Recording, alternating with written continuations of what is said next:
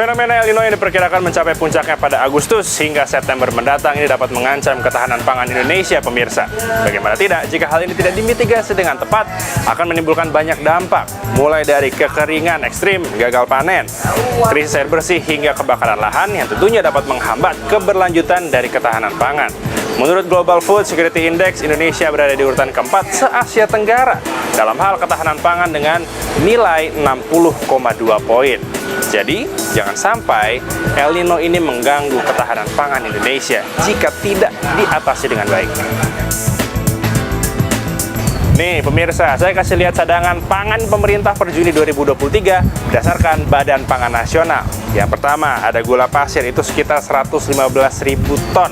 Lalu ada beras sekitar 600.000 ton. Ada daging itu 7.600 ton. Daging ayam di 153 ton. Dan juga ada cabai di 0,53 ton. Banyak nggak? Kalau misalnya saya bacainnya pakai ton terus. Jangan lupa pemirsa, konsumsi warga negara Indonesia itu luar biasa banyak banget. Jadi angka yang tadi saya sebutin itu bisa jadi kurang atau bisa jadi juga pas-pasan. Nah, pemerintah makanya minta nih untuk produksinya itu ditingkatkan. Mulai dari pertanian, pangan, sampai hilirisasi. Coba Anda bayangkan, kalau seandainya nih cadangan pangannya sampai kurang, harga-harga di pasar bisa naik setinggi langit. Nah, yang katanya sih El Nino ini puncaknya di Agustus sampai September. Saya mau coba tanya dulu deh ke pedagang-pedagang dan juga pembeli mungkin yang ada di pasar. Harganya sekarang udah berapa? Udah naik belum? Jangan sampai kaget ya kalau seandainya tiba-tiba harganya naik ekstrim. Pak, sekarang tuh beras tuh harganya lagi naik atau enggak sih, Pak? Harga kelihatannya naik nih, soalnya beras pra IR42 udah naik. Itu kalau untuk dari produsennya ada kelangkaan barang nggak sih, Pak? Kalau barang sih nggak langka, cuman dari daerah semua udah kelihatannya nih bakalan naik gitu. Iya, dari pelanggan pasti bingung lah nih kok jadi kurang bagus gitu beras gitu. Ya harganya otomatis udah naik itu pasti itu. Harga tetap 9.000 tapi lebih kurang baik gitu warnanya gitu. Kalau tadi kita bicara soal beras, sekarang kita mau ngecek nih persediaan di pasar soal sayur-sayuran. Salah satunya cabai. Nah, sekarang saya sudah sama Ibu Harsini di sini. Ibu, selamat siang, sehat Bu? Alhamdulillah Mas. Alhamdulillah. Bu, mau nanya dong Bu, ini kan sekarang tuh harganya lagi gimana sih Bu? Kalau menurut harga lagi normal aja sih Mas, nggak naik banget sih. Dan ini beda ya sama kemarin Lebaran ya? Naik Kalau Lebaran kemarin sempat naik tinggi malahan separuh lebih. Separuh lebih. Oke. Nah, Bu, mau nanya, ini kan kita kebetulan lagi banyak nih. Dapat barang dari produsennya susah nggak sih Bu sekarang? Alhamdulillah enggak Mas. Gampang ya, ada semua. Ini kan akan ada cuaca ekstrim nanti. Ini rencananya, bukan rencananya malah, kayaknya sayur-sayuran ini akan susah didapetin terus harganya tinggi. Ibu gimana Bu? Belum ini Mas, belum tahu. Tahu ya? Belum ya. Yo kita jalanin aja lah. Ya, jadi seperti itu pemirsa wawancara saya dengan sejumlah penjual. Tentu untuk harga beberapa pangan di sini masih relatif cukup stabil, namun pemerintah tetap harus waspada. Beberapa bulan ke depan ditakutkan El Nino ini dapat mengancam dan juga membuat harga-harga beberapa pangan di pasaran ini naik. Gagin Fridianto, Heri Ardi, Bisnis Talk. Selamat malam saudara, Anda kembali menyaksikan Bisnis Talk bersama saya Masih Regan, melengkapi apa yang disampaikan oleh rekan saya tadi bahwa bumi ini makin panas, ancaman krisis pangan depan mata. Apakah stok pangan Indonesia yang dikenal sebagai negara agraris ikut terancam? Akan dijawab oleh narasumber saya yang sangat komplit malam ini. Saya akan menyapa Menteri Pertanian Pak Syahrul Yassin Limpo. Selamat malam Pak Menteri. Selamat malam. Terima kasih telah hadir. Selamat malam Pak Arif yang Gaga. Malam Pak Menteri. Ya, dan saya tentu menyapa narasumber saya yang hadir di studio yang akan banyak saya tanya-tanya soal stok pangan. Ada Pak Ari Prasetyo Adi, Kepala Badan Pangan Nasional. Selamat malam Pak. Selamat malam Mbak Ilona. Selamat malam Pak Menteri, pemirsa. Ya, Bos. Oke, saya pertama nanya soal produksi dulu, baru ke stok pangan. Soal produksi, Pak Menteri, ancaman krisis pangan di depan mata, Indonesia ini perlu khawatir atau tidak dari sisi kecukupan produksi produk tani? Ya, overconfidence tentu tidak. Tetapi untuk merasa juga terlalu pesimis dengan tantangan, saya kira berlebihan. Oleh karena itu, mari kita melihat data, dan saya dari lapangan ini, melihat lapangan, memfaktualisasi apa yang menjadi fakta dan data yang kita miliki. Kalau di pendekatan itu, maka data yang dikeluarkan oleh BPS, Badan Statistik Nasional, kami punya 3 data. Data BPS, data standing crop melalui digital, artificial intelligence, dan data laporan daerah melalui PPL. Oke. Nah, 3 data itu suasananya cukup aman. Salah satu yang saya mau perlihatkan ini data BPS yang dari 3 data yang ada, inilah yang paling rendah untuk proses Januari ke Agustus. Bapak Presiden selalu memerintahkan kami untuk menjaga 12 komoditi yang ada. Beras aman, kita neraca kumulatifnya bahkan memiliki overstock sampai 7 jutaan. Ini data BPS, bukan data Kementan. Jagung itu bahkan aman, di atas kumulasinya 5 juta. Kedelai oke, walaupun impornya 1,8, bawang merah aman, kemudian cabai besar juga seperti itu. Kami angka kumulatifnya itu sampai Januari masih ada 16.000 ton. Kemudian daging sapi, telur juga kita aman, gula kristal putih juga aman, dan minyak goreng. Tentu saya berada dalam posisi, fungsi saya adalah ketersediaan. Dan 3 tahun kita hadapi tantangan-tantangan dan dinamika mulai dari COVID kemarin, setiap hari peak season itu Idul Fitri, Idul Adha, kemudian Natal dan Tahun Baru aman. Jadi menggunakan data ini menurut saya cukup aman untuk kita. Salah satu misalnya saja dari ancaman-ancaman krisis pangan itu beras. Stok awal kita beras itu ada 4 juta sampai Agustus. Kemudian kita produksi juga dari data BPS ini 23 juta lebih. Konsumsi kita, ketersediaan kita 28 juta jadinya. Tapi konsumsi kita dari Januari ke Agustus 20 juta. Dan bulanan kita makan 2,5 juta lah kurang lebih. Kita masih cukup untuk bisa bertahan sampai Januari. Ada stoknya. Oleh karena itu kita cukup aman, walaupun memang Bapak Presiden juga selalu menganjurkan bahwa ya kita tidak boleh pede dan ada masalah inflasi. Pak Arief sudah atur bersama teman-teman di Bulog dan lain-lain, Mendak. Ada beras yang juga kita tetap impor walaupun ekspor kita lebih besar. Kedelai juga harus memang kita stok, bawang putih, daging kerbau, serta gula ini sudah kita persiapkan. Itu ya. Pak Menteri, memang kita tahu bahwa data-data pertanian itu menunjukkan positif seperti yang Anda sebutkan tadi BPS. Tapi faktanya di lapangan adalah kita itu masih tergantung sama impor pangan gitu. Salah satunya beras. Nah, ini bagaimana Anda menerjemahkannya? Kalau memang kita tidak perlu khawatir, tapi satu sisi kita juga masih bergantung ke produk impor. Artinya produktivitas pertanian nasional itu belum maksimal dong? Enggak, gini, kita kan ekspornya juga lebih banyak beras keluar. Impornya juga seperti itu. Jadi impor itu untuk stabilisasi dan cadangan. Kalau dilihat dari ketersediaan kita cukup itu. Saya mau perlihatkan satu data yang ada di Kementan lagi. 2023 ini bahkan kita aman sekali. Insya Allah aman. Data BPS yang terakhir, dampak El Nino itu hanya mencapai 70.000 hektar dari 10 juta hektar lebih yang kita. Oleh karena itu kekhawatiran kita juga nggak boleh berlebihan banget, walaupun tidak boleh overconfidence. Oleh karena itu pusatnya juga cuma 61.000, bukan cuma 61.000 itu ada banjir dan lain-lain, dan kita sudah gantikan itu. Jadi pusat tidak berarti hilang, pusat itu kemudian ada delay time, ada waktu yang menunggu untuk mengejar lebih panen yang ada. Kurang lebih seperti itu sampai hari ini. Kami sangat firm dengan data sampai 2023 Desember kita cukup aman. Ini datanya ada saya tadi. Dan beras kita aman, bahwa kita adalah negara bukan negara kontinental, negara kepulauan. Ada masalah harga di situ dan Pak Arief, Pak Penas sudah atur dengan teman-teman dari kementerian lain dan lembaga lain termasuk Bulog untuk melakukan stabilisasi. Oke, sangat percaya diri jawaban dari Kementerian Pertanian. Kalau Pak Mentan percaya diri, bagaimana dengan Badan Pangan Nasional? Pak, pertanyaannya apakah stok pangan saat ini tidak mengkhawatirkan, cukup, atau sebenarnya pas-pasan?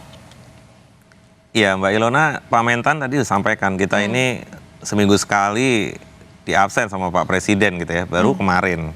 Jadi insya Allah stok kita aman. Stok kita aman? Ya. Jadi kita tidak perlu khawatir dengan krisis pangan meski BMKG katakan nanti kira-kira pada semester 2 El Nino. Begini, kan ada mitigasi resiko. Jadi Prof. Rita, Kepala BMKG sudah mengingatkan kita semua bahwa Agustus, September berarti, itu kita sudah 60-80 akan El Nino. Iya. Kemudian tadi Pak Mentan sudah sampaikan dampaknya akan demikian. Sehingga kami semua sudah mengkalkulasi, makanya Pak Presiden kita semua sudah mempersiapkan salah satunya misalnya beras, memang disiapkan untuk melakukan importasi 2 juta ton. Ya, tetapi sekali lagi, yang nomor 1 tuh bukan importasinya, tetapi kita tentunya mengutamakan produksi dalam negeri. Jadi dalam perjalanan ini Bulog sudah menyerap sekitar 700.000 ton. 700.000 ton. Kemudian memang targetnya seharusnya sampai dengan akhir tahun 2,4 juta. 2,4 juta. Ya. Oke. Kemudian kalau kita lihat sampai hari ini harga beras stabil. Ya, kalau tadi disampaikan ada peningkatan, memang kita naikkan harganya. Karena? Karena memang biaya pokok produksi dari produksi beras mulai dari hari orang kerja, kemudian sewa lahan, fertilizer, itu memang komponen-komponen itu sudah kita hitung bersama dan kita memang adjust sekitar 20%. Sekitar 20%. Ya. Tapi gini Pak, berdasarkan data stok cadangan pangan ditargetkan itu kan minimal 5% ya untuk beberapa komoditas. Nah, mungkin Bapak punya data yang bisa menerjemahkan ke kita bahwa stok pangan kita itu mencukupi kebutuhan nasional. Gambarannya. Ya, jadi kan tentunya tadi Pak Mentan sampaikan ada data produksi, ada data konsumsi gitu ya. Untuk produk-produk yang disampaikan tadi, kita semua kondisinya baik ya. Produksi, konsumsi versus konsumsi. Ada 4 produk yang memang dalam Perpres 66 tahun 2021 memang harus dilakukan pengadaan dari luar negeri. Yang pertama tadi disebutkan kedelai, kemudian berikutnya lagi bawang putih, daging ruminansia, satu lagi gula konsumsi. Iya. Memang 4 produk ini kita insufficient, tetapi bukan berarti kita tidak melakukan persiapan-persiapan. Oke. Jadi mulai dari neraca komoditas ini akan diupdate setiap 3 bulan sekali dari teman Kemenko Perekonomian tentunya bersama seluruh stakeholders. Kemudian setiap bulan juga kita selalu melakukan rapat-rapat update. Jadi kalau produksi tentunya dari teman-teman Kementan. Oke. Kemudian pasca panen sampai dengan hilirisasi di situ ada Badan Pangan. Kalau untuk neraca balance ya tentunya dengan perdagangan luar negeri ada Menteri Perdagangan. Ya. Oke, nanti saya ke Pak Arief lagi. Satu lagi nih terakhir Pak Mentan sebelum Anda meninggalkan kami dalam diskusi ini. BMKG itu kan memperkirakan El Nino terjadi semester 2 2023. Apa yang disiapkan regulator memenuhi kebutuhan produk pangan dalam negeri? Yakin bisa tanpa impor nggak sih? Memungkinkan nggak sih Pak kalau misalnya kita mengandalkan produksi tani dalam negeri untuk memenuhi kebutuhan nasional?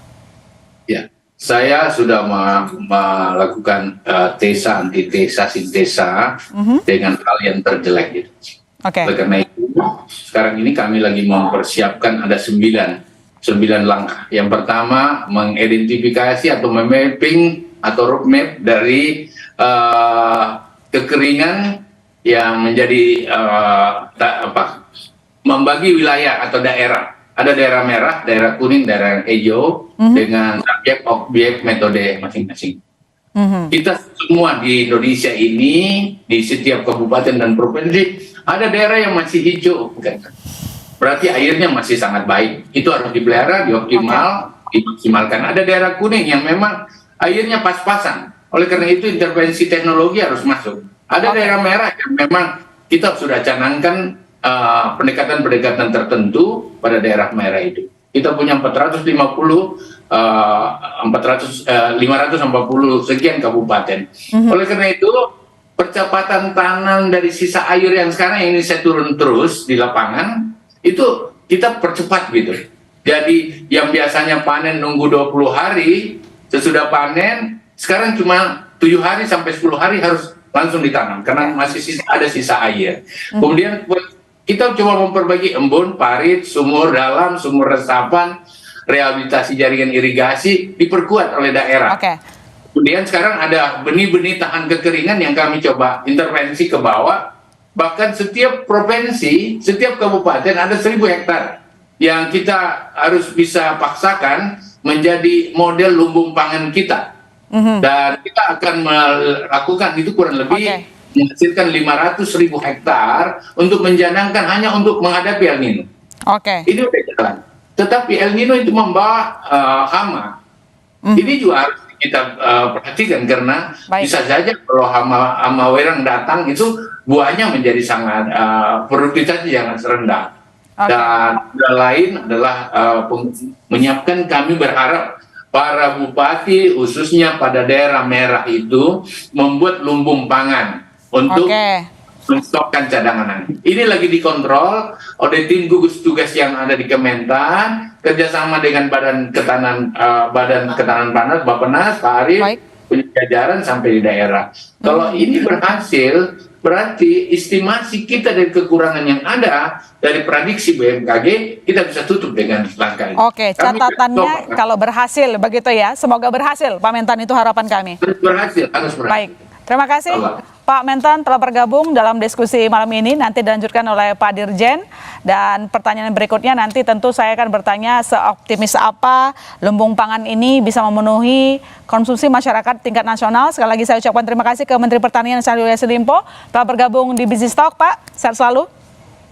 Ya, tapi neracanya harus Pak Arief saya kasih lihat lagi supaya Kementerian Pertanian cukup kompak. Kami dengan perintah Bapak Presiden yang sangat dalam mempersiapkan ini. Insya Allah kita sama-sama berdoa, dan walaupun ada El Nino, kami di Kementan tetap percaya kita bisa tetap tanam. Baik, itu harapan kami, bahwa segala strategi ataupun persiapan-persiapan dilakukan berhasil begitu ya. Terima kasih Pak Menteri telah bergabung bersama kami. Selamat malam. Dan saudara, jangan kemana-mana, Business Talk masih akan segera kembali.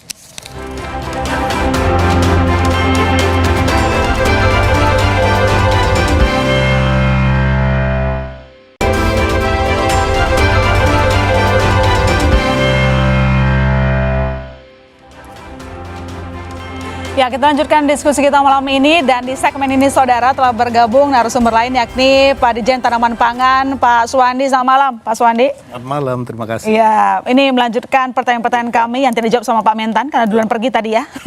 Dan berikutnya saya juga akan menyapa Pak Dwi Andreas Santosa, pengamat pertanian dari Institut Pertanian Bogor. Selamat malam, ya, selamat Pak Dwi. Malam, siap mengkritisi ya? Oh iya, tentu gitu. Siap, Pak Dwi selalu siap begitu. Teman-teman. Supaya balance. Ini kan karena sebenarnya data-datanya cukup positif, tetapi kita perlu ada pengingat begitu. Sebelum saya ke Pak Dwi, saya ke Pak Dwi dulu deh kalau begitu. Pak Dwi, tadi kan ini sepakat dari Pak Mentan maupun dari Bappenas, Pak Adi mengatakan bahwa kayaknya ini jauh deh dari krisis pangan, nggak akan terjadi gitulah kalau saya singkat. Tapi menurut Anda dengan data-data yang kita punya atau mungkin sejarah yang sudah kita lalui begitu ya, apakah memang benar Indonesia tidak akan mengalami krisis pangan? Oke, ketersediaan pangan kita kan tergantung dari dua sumber ya Mbak ya. Yang pertama adalah sumber dari internasional, dari perdagangan internasional. Di sana banyak kan, kita sangat 100% tergantung gandum, lalu impor gula kita 5,5 juta ton setiap tahun, lalu impor kedelai total ya 8 dengan tidak hanya biji itu sudah 8 juta ton. Jadi ketergantungan kita ke dunia internasional, trade internasional ini cukup besar. Nah, di dunia internasional sekarang harga pangan mulai turun kan. Nah, ada tren bahwa harga pangan, harga komoditas dunia ini mulai turun. Walaupun berdampak ke kita, karena apa? Kelapa sawit ikutan turun kan, minyak sawit. Itu dampaknya ke kita, sehingga kalau tahun lalu kita menikmati windfall yang sangat besar dan surplus perdagangan kita, dan yang terbesar adalah kelapa sawit itu 18, miliar US dollar, sekarang ini kemungkinan besar tahun 2023 turun. Oke, jadi itu internasional tidak ada masalah, karena salah satu sumber pangan kita dari dunia internasional. Kalau internasional nggak ada masalah, di dalam negeri juga aman-aman saja kan ya. Oke, sekarang dari sumber dalam negeri. Tadi sudah disampaikan juga bahwa kita akan menghadapi El Nino. Ya walaupun kalau dari kacamata kami masalah iklim ini kadang-kadang kan ada kejutan-kejutan sedikit gitu ya. Seperti kemarin kan semua orang mengira sudah masuk El Nino, tiba-tiba hujan. Hujan dari Sumatera ke Jawa sampai ke Bali kan hujan terus itu beberapa hari kan. Nah, itu karena apa? Karena ada angin dari Afrika jalan-jalan kan mau ke Pasifik, tertahan di Sumatera dan Jawa sehingga hujan. Tapi apapun dari berbagai perhitungan internasional memang El Nino akan terjadi. Kan? Dan terjadi mungkin sekitar bulan Agustus dimulai El Nino ini sampai bulan, semoga saja tidak melewati tahun 2024. Harapan kita. Sebab kalau El Nino ini melewati 2024, nah ini kita agak berisiko. Oke, lalu sekarang bagaimana pengaruh El Nino terhadap produksi pangan kita? Sudah barang tentu untuk beberapa komoditas tidak baik-baik saja kan ya. Contoh saja gini, saat di bulan Maret yang lalu BPS mengeluarkan data bahwa produksi padi kita akan meningkat 0,56% kan. Data sementara berdasarkan perhitungan luas tanam sementara juga. Tapi di bulan Mei kan kemudian diralat oleh BPS kan, yang produksi beras kita rencananya ya sekitar 13,8, tiba-tiba perhitungannya meleset. Jadi 13,34 atau 43 sorry. Dan turun 2,5%. Jadi bulan periode Januari April itu justru turun dibanding periode yang sama tahun lalu, dari 13,71 ke 13,43, turunnya 2,5%, kan? Padahal kondisinya aman-aman saja loh. Di Januari April itu aman-aman saja, kan? Dan diperkirakan luas panen meningkat di periode tersebut. Tapi kenyataan yang ada justru tidak aman, terutama di bulan Februari. Karena apa? Kita pada puncak-puncak laninanya. Nah, saat ini nanti ke Agustus kita menghadapi El Nino, sudah barang tentu akan berdampak. Perhitungan saya produksi padi Indonesia akan turun sekitar 5%. Sekitar 5%? Ya, itu perhitungan saya. Semoga tidak lebih. Semoga tidak. Karena apa? Karena sedulur tani sekarang sedang bahagia. Harga GKP naik sehingga harapan kami itu merangsang petani untuk berproduksi. Itu yang paling penting. Baik, Pak Suwandi, kira-kira kenapa ketika nggak ada masalah apa-apa sama musim tapi produksi pertanian turun, apalagi nanti El Nino kisarannya turun 5% begitu. Nah, kira-kira jawabannya kenapa sih sebegitu? Kembali lagi data, kita sepakat data satu pintu menggunakan data BPS. Walaupun internal tadi Bapak Menteri juga menyampaikan, kita juga untuk data internal menggunakan data satelit, bank kita, data official report dari daerah, dinas-dinas ke pusat, dan itu untuk acuan kami. Nah, data BPS bukan terjadi revisi atau perubahan, itu perbaikan update sesuai dengan perkembangan bulanan. Jadi setiap bulan dirilis update dan kita pantau terus, itu sebagai early warning system kita. Bahkan BPS ini sudah merilis kondisi perkiraan hingga sampai Agustus, bukan saja Mei. Nah, tanggal 15 nanti kira-kira itu akan merilis prediksi hingga September. Bulan depannya lagi Oktober dan seterusnya hingga Desember. Nah, kita pakai itu sebagai upaya-upaya, dan apa yang langkah dilakukan terhadap ancaman El Nino ini, 9 langkah Bapak Menteri sudah disampaikan tadi. Kami eksekusi siap dan kita waspada. Ini sebagai justru challenge bagi kami untuk bergerak. Ini ada El Nino, sehingga kami berserta jajaran di daerah kolaborasi memperkuat barisan dengan mempercepat tanam-tanam, segera panen, langsung meningkatkan indeks tanam, jangan sampai ada tanah-tanah yang nganggur. Sorry, tapi tadi soal produksi yang turun, jawabannya kenapa bisa begitu Pak? Saat kalau datanya Pak Dwi tadi kan mengatakan sebenarnya produksi ini turun. Nah, itu jawabannya kenapa? Kan nggak ada Januari sampai April, Mbak. Kita ikutin saja data BPS. Karena apa? Yang dihitung Januari sampai April atau Mei, itu data dihitung dari luas panen yang sudah firm. Tapi produktivitas produktivitasnya kan belum dihitung pakai data sementara itu. Oh, Sehingga iya. Masih kita ikutin potensi aja nanti gitu. Masih data potensi. Masih berikutnya. potensi ya data masih yang BPS Masih juga. potensi turun. Masih Itu, Pak. potensi. Baik. Tapi itu sebagai warning juga, walaupun potensi ya Oke. kita menjadi atensi kita, tetapi kita ikuti Ya, ya. data. Kita BPS lihat nanti aja. realitanya berapa gitu ya. Tapi betul. memang secara potensi, saya lihat juga dari angka Januari sampai April itu turun. Turun memang dari 2,5%. data BPS itu masih potensi memang, Ya, saudara. itu data Pak Arief, kalau tadi saya ngomongin soal pangan dari dalam negeri, sekarang kita ini kan cenderung banyak mengatakan bahwa sebagai negara agraris tapi masih bergantung terhadap produk pangan impor. Nah, kalau dilihat ada 6 dari 9 barang kebutuhan pokok harus dicukupi dari negara lain. Kayak beras sampai gula gitu. Nah, masalahnya kan ketika ada El Nino ini kan mengancam global ya. Kekhawatirannya adalah kalau misalnya negara yang biasanya mendatangkan pangan tersebut ke Indonesia juga bermasalah, kita tidak pernah tahu itu, maka apa mitigasi yang kita lakukan? Apakah nanti kita akan mencari pasar yang baru begitu, misalnya sumber impor pangan atau gimana? Itu sebabnya Pak Presiden menerbitkan peraturan Presiden nomor 125 tahun 2022. Jadi mengenai cadangan pangan pemerintah. Sehingga dalam beberapa minggu terakhir kita semua memang mempersiapkan mulai dari pendanaan, kemudian country origin, produk apa saja, ini yang harus kita punya stoknya. Iya. Untuk gula kan kita sudah mulai, jadi stok gula kita juga sangat baik untuk konsumsi 1 tahun kita perlu sekitar tambahan 991.000 ton ya. Kemudian untuk daging ruminansia kita sudah siapkan Bulog 100.000 ton, kemudian ID Food juga 100.000 ton. Ya.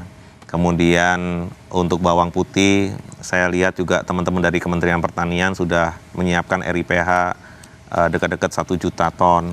Kemudian sudah dirilis juga persetujuan impor dari Kementerian Perdagangan. Artinya kita semua sekarang punya checklist, ya. Punya checklist per item, keperluannya berapa, kebutuhannya berapa, itu yang kita jaga, Mbak Ilona. Dan selama ini apakah perkiraan kita itu tepat? Karena sebenarnya begini Pak Arief, ini kita tahun lalu juga kita ngobrol bareng ya soal stok pangan, soal data yang kadang kok tampaknya beda ya sama lapangan, datanya benar, di lapangan nggak begitu. Misalnya bahkan harganya stabil kok begitu, dicek di lapangan nggak begitu. Kok sudah diharmonisasi soal perbedaan data-data itu? Sudah. Tadi disampaikan Pak Suwandi, kemudian Pak Menteri Pertanian, bahwa kita menggunakan satu data dari BPS. Jadi ini amatan Mei udah keluar nih. Jadi memang panen itu bisa maju, bisa mundur. Iya. Ya, kalau saya lihat amatan Mei produksi beras ini ada 2,7. Jadi surplus sampai dengan bulan Mei itu menjadi 2,98. Oke. Ini sudah dirilis. Jadi benar di April turun, tapi di Mei-nya bukan terkoreksi tapi malah tambah. Jadi kita ini sekarang tidak bisa memastikan 100%, tetapi kita punya early warning system yang cukup baik. Ya tentunya perlu disempurnakan terus ya. Tapi sekarang antara Kementerian Pertanian, Badan Pangan dan sudah sepakat menggunakan data BPS. Nah, tapi pada saat memang koreksinya terlalu dalam, pemerintah itu harus tetap punya cadangan pangan. Kalau tadi angkanya disebut 5%, berarti 5% dari 30 juta kan 1,5 juta. Sehingga kami memang tanda kutip lebih memaksa Bulog ya untuk mempersiapkan cadangan pangan. Dan perlu diketahui Bulog ini sampai dengan bulan Juli ini sudah mendistribusikan 600.000 ton lebih ya untuk SPHP, stabilisasi pasokan dan harga pangan. Plus 600.000 ton lagi kepada KPM, keluarga penerima manfaat, itu 21,353 juta kali 10 kilo kali 3.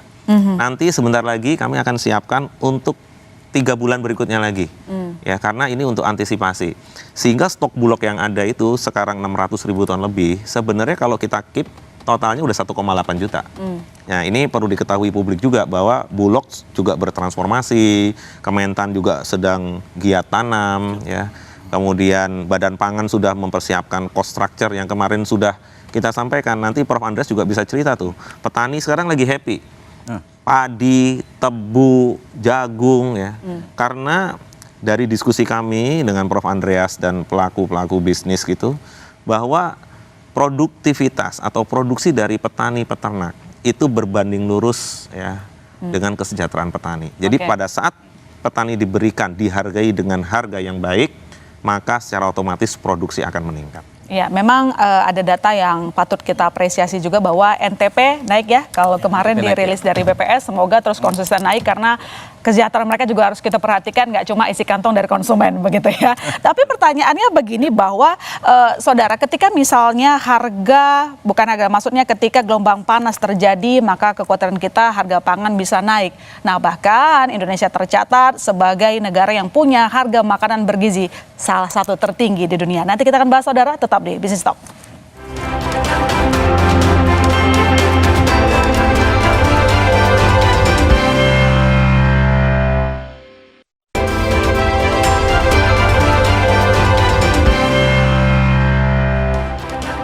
Ya, Anda kembali menyaksikan Business Talk dan di segmen ini narasumber saya makin ramai. Ada Mbak Titis Nurdiana, wartawan Surkonta. Selamat malam Mbak Titis. Selamat malam Ilona, selamat malam Pak Arief, Bapak, Prof. Malam. Ya. Kalau hari ini semua bawa catatan Mbak Titis. Semua sangat mengedepankan data yang mereka punya bahwa mengatakan Indonesia nggak bakal krisis pangan. Tapi kita sebagai wartawan kan selalu mengamati ya Mbak Titis.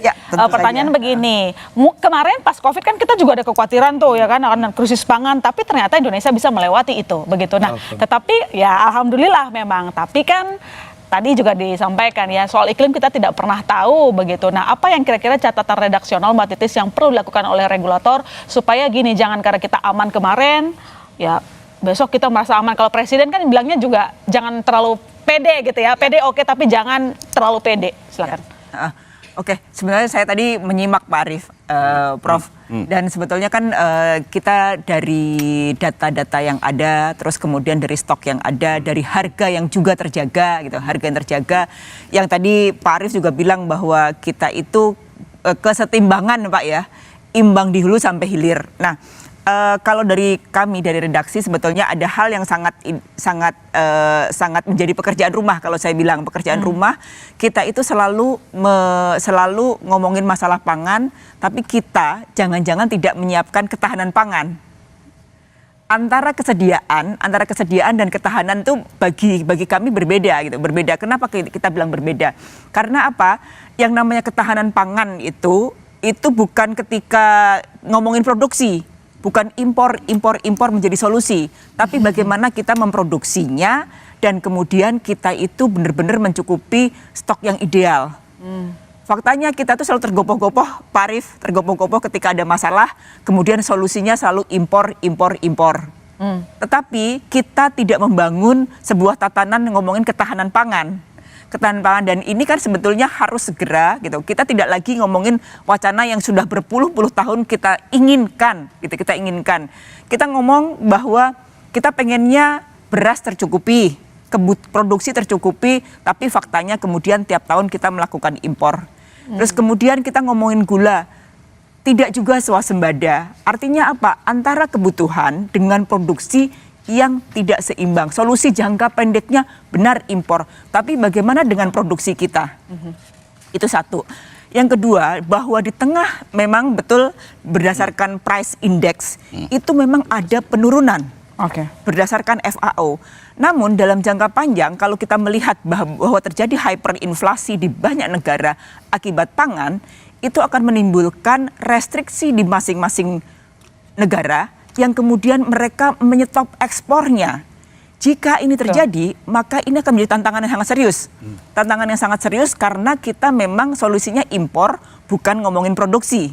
Nah, ketika itu terjadi, apakah kita siap? Pertanyaannya kayak seperti itu. Baik, nanti saya ke Pak Dwi, boleh dilanjutkan dulu. Apakah Anda punya pendapat yang sama bahwa yang namanya kita itu selalu tergopoh-gopoh kalau misalnya ada ancaman udah mulai tuh sibuk impor gitu? Ya, oke. Mungkin agak sedikit berbeda ya Mbak Titis. Mungkin yang dimaksudkan mungkin kedaulatan pangan ya. Karena apa? Kalau kita bicara ketahanan pangan yang sekarang ini ketahanan pangan.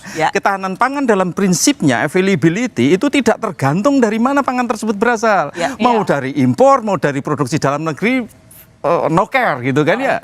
Jadi yang mungkin yang dimaksud Ya, kedaulatan pangan ya. Dalam arti memang di awal pemerintahan Pak Jokowi juga beliau juga mencanangkan kedaulatan pangan. Baik. Tapi kan juga kita tahu persis bahwa dan kenyataannya seperti apa juga seperti ini kan, bahwa kedaulatan pangan itu belum pernah mewujud.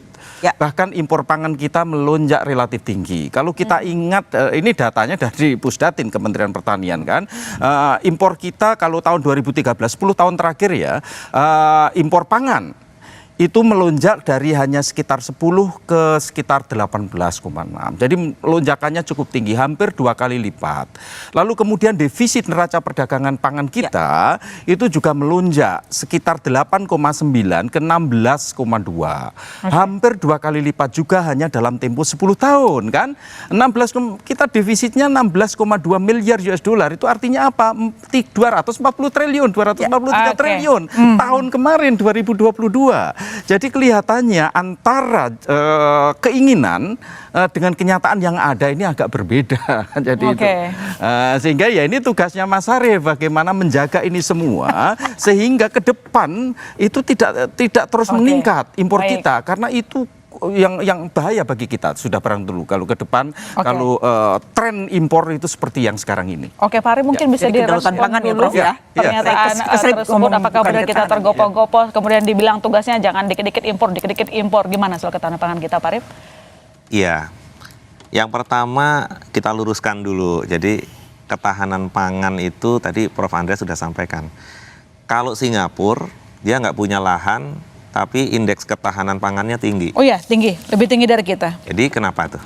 Karena stock availability-nya terjaga. Nah, Indonesia berbeda dengan Singapura. Nah, kemarin kita sampaikan nih kepada Pak Presiden, ketahanan pangan di Indonesia yang mau kita bangun, basisnya adalah kemandirian pangan dan kedaulatan pangan. Iya. Nah, ini yang selalu harus jadi catatan kita bersama. Jadi saya mengajak, ayo kita sama-sama hand in hand membangun itu. Karena kalau ini nggak dibangun, betul pada saat kita seperti hari ini, ketergantungan bawang putih dari Tiongkok, kemudian bawang putih kemarin harganya di atas $1.300 per ton, ya kita nggak bisa apa-apa. Ya. Jadi pada saat ditanya, betul Bu Titis, pada saat ditanya, kenapa harga bawang putih naik? Ya kita memang net importer. Ya. Karena pada saat itu bawang putih kita produksinya sangat rendah hari ini. Apa sih Pak yang bikin kita produksi bawang putih? Nah, nanti harusnya kita ini mengidentifikasi produk-produk mana ya yang memang bisa menjadi unggulan dari kita semua di Indonesia. Lupakan juga produk-produk yang memang effort kita sudah sedemikian banyak, tapi memang karena climate, karena memang karena bukan nature-nya juga ada juga. Kecuali kita punya teknologi yang cukup canggih gitu ya, tapi biasanya akan high cost. Ya, sehingga kalau saya boleh sampaikan, Cina itu produksinya sekitar 148 ya. Kemudian jumlah penduduknya 1,4 miliar. Teman-teman di Cina ini dia memproduksi juga, mengimpor juga, mengekspor juga. Nah, kita sekarang dalam posisi untuk kalau ketahanan pangan, kapan kita mengekspor, kapan kita mengimpor juga bisa menjadi bahan diskusi. Jadi pada saat jagung produksinya banyak, nih Pak Suwandi produksinya banyak berlebih gitu ya.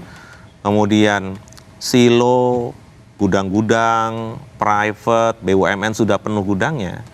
Kalau ini tidak mampu diserap, maka harga akan jatuh di tingkat petani. Sehingga kita mempersiapkan misalnya 200.000 ton untuk diekspor, baik dari Gorontalo maupun dari Sumbawa. Ini kita jalankan, itu kita ekspor. Karena memang sudah penuh, supaya kita juga jaga harga di tingkat petani. Tapi kalau memang pada waktunya kita harus import, ya, kita ini biasanya kita tahan sekian lama. Sampai hari ini tidak satu butir jagung pun diimport untuk pakan. Ya, tidak untuk pakan ya.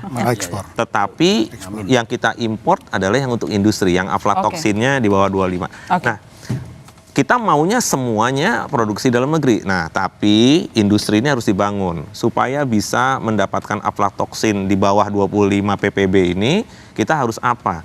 Nah, itu fungsi dari salah satunya Kementerian Pertanian. Jadi ini semua kita belajar. Tapi kalau dibilang tergopoh-gopoh, hari ini sepertinya well organized deh. Oh, gitu. Coba dilihat, daging well organized.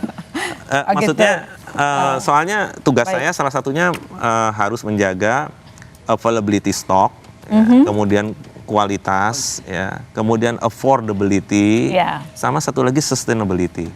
Pada saat rapat-rapat mingguan bulanan dengan Kementan, saat produksi teman-teman Kementan sampaikan kita kayaknya akan shortage gitu ya, Badan Pangan, Kemenko Perekonomian, Kementerian Perdagangan udah siap. Ini nanti for next 3 months kita harus apa. Jadi saya rasa hari ini nanti Pak Wandi juga boleh sampaikan, tergopoh-gopohnya udah nggak seperti dulu. Oh gitu.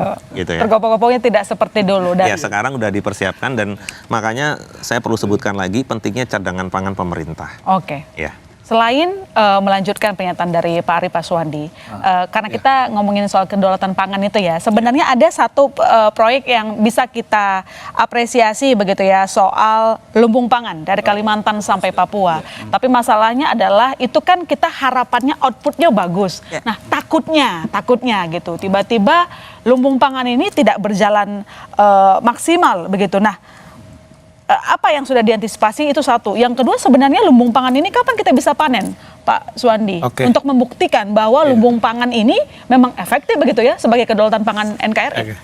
Yang pertama izin tentang tergopoh-gopoh.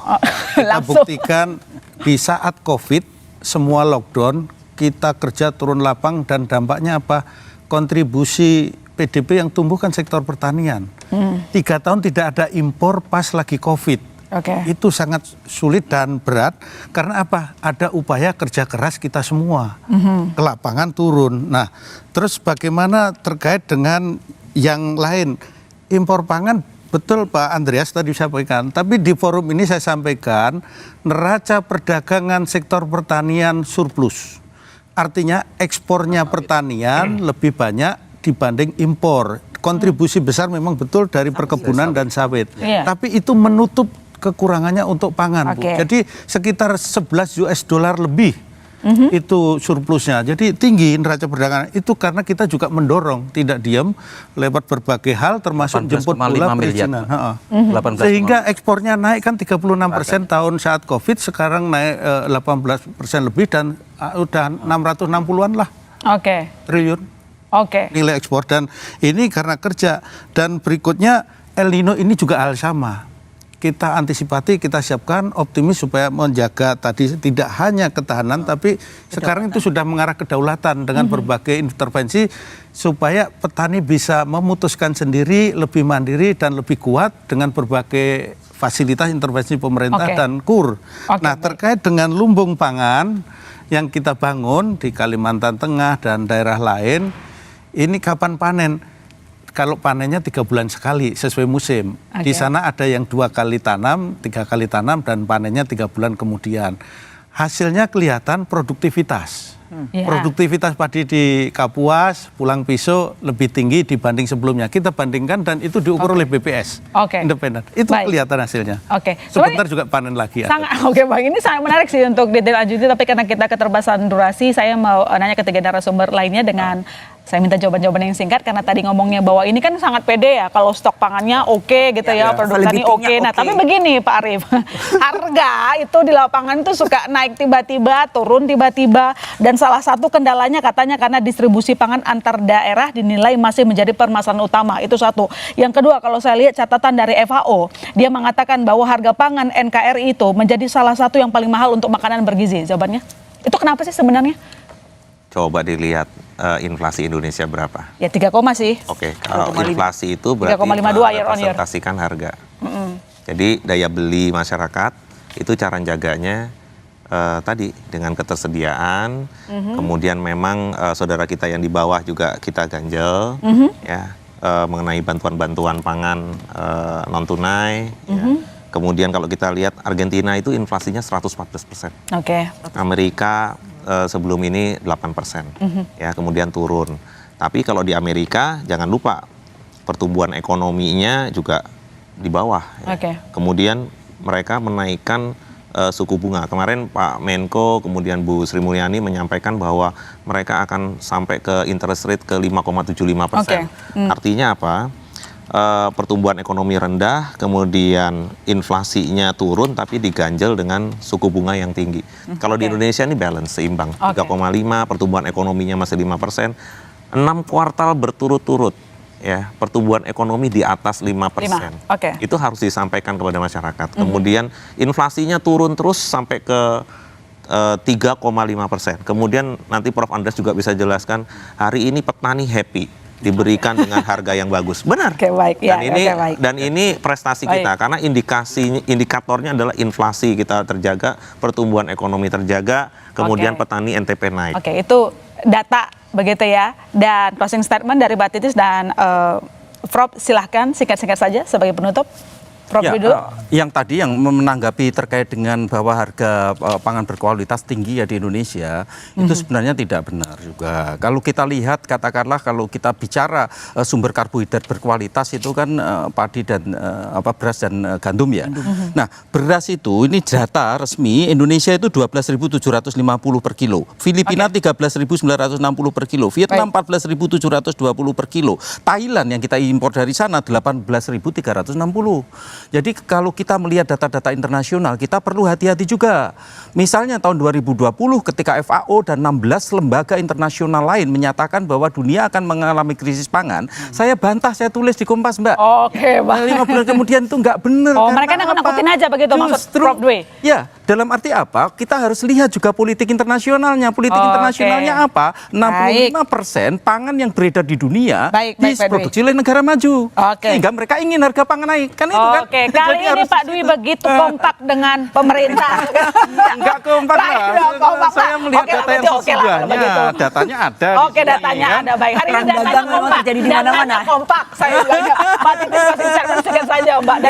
Sebetulnya kalau kita dari Pak Arief dan Profesor juga mengatakan bahwa sebetulnya kita baik-baik saja, harganya kita terkendali ya Pak Arief ya. Masyarakat bawah ada intervensi yang memang besar-besaran dari pemerintah dengan pemberian subsidi. Yang jangan dilupakan Pak Arief bahwa ada golongan menengah yang berdasarkan data sudah mantap makan tabungan. Ini artinya apa? Bahwa golongan menengah itu kan daya belinya tetap harus dijaga supaya tadi pertumbuhan ekonomi 5% terjaga. Nah, berdasarkan indikator-indikator dan survei yang dilakukan Bank Indonesia belakangan dan kemarin baru keluar, itu sudah mencerminkan bahwa memang konsumsinya melambat dan itu di semua indikator. Ini artinya ada persoalan yang juga harus diselesaikan. Bahwa golongan bawah sudah ada tambalannya, sudah ada penolongnya, dan bagaimana dengan golongan menengah yang supaya bisa terjaga daya belinya. Ini yang harus tetap juga dijaga agar ekonomi kita tumbuh.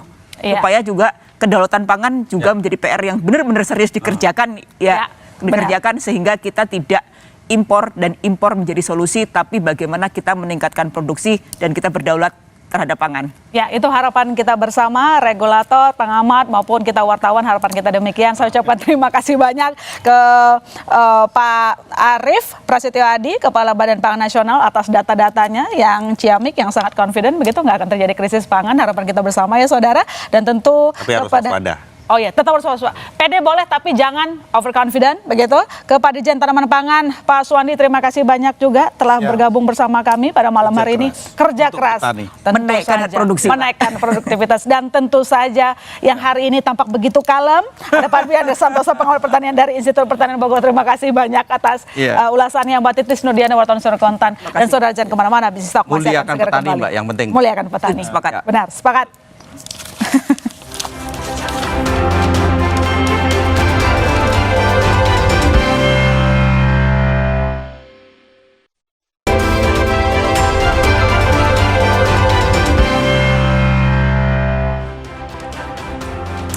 Ya, saudara, dari hasil diskusi malam ini semua sepakat pemerintah apalagi begitu percaya diri bahwa krisis pangan tidak akan terjadi di Indonesia. Tapi tadi catatannya, percaya diri boleh tapi terlalu percaya diri jangan sampai. Saya masih Tarigan undur diri. Sampai jumpa Selasa depan.